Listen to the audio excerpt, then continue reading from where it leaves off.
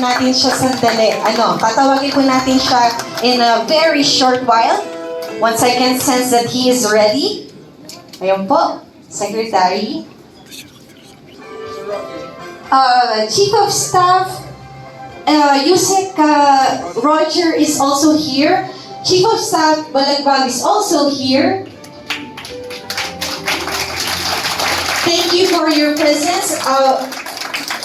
We will be calling our awardees per year in a short while as well. And our officials are invited to join them in front para po sa kanilang pag-receive ng kanilang awards. And with that, everyone, I promptly call ang ating pong kalihim, Sec. Kiko P.T.O. Laurel Jr. to deliver his message. Palakpakan po natin siya.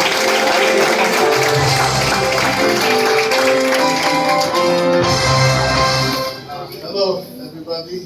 Magandang umaga sa inyo lahat. Good morning! Good morning.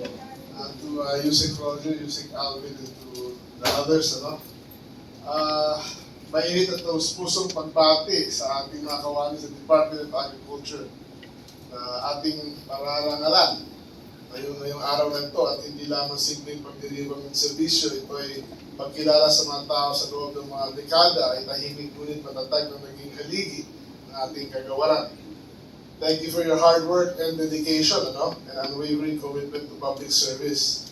Actually, dapat ng isang araw ito yung event kaya lang I was abroad. But sabi ko, I cannot miss this, kaya pinamove ko. Anyway, so we're here right now. Well, many of you have stayed not just for a decade, but for 2 or 3, even some cases for decades. Sa panahon iyon, ipalit-palit na ang mga technologies, policies, pati administration, iba't ibang secretaries, mga acronyms ng mga programa natin. Pero kayo, steady lang. Parang wifi na mahina. Kahit mahina signal, tuloy-tuloy pa rin. You are a living archive of the department, and if the DA had a throwback album kayo sa cover photo siguro nito.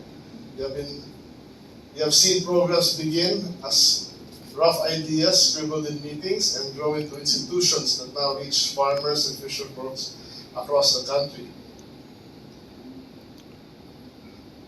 Naisip na ba niyo kung gaano kalayo ang inyong mga narating mula noong unang araw ninyo dito sa ating kagawaran?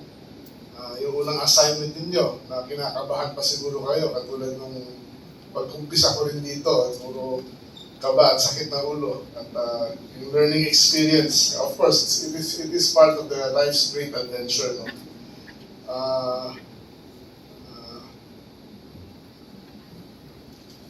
Well, nandito kayo ngayon at kitang-kita naman na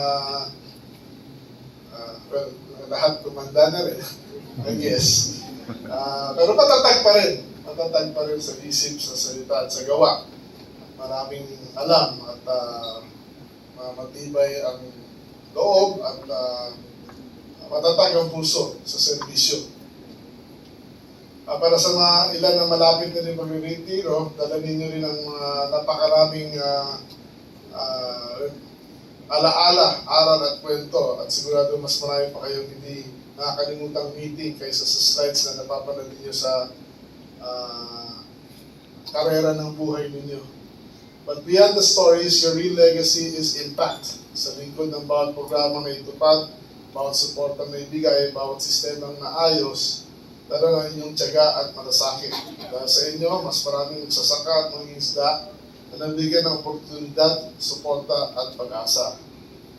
In a time when change is fast and memories even faster to fade, your service reminds us that loyalty and conviction do not age. They deepen, they sharpen, and they matter more.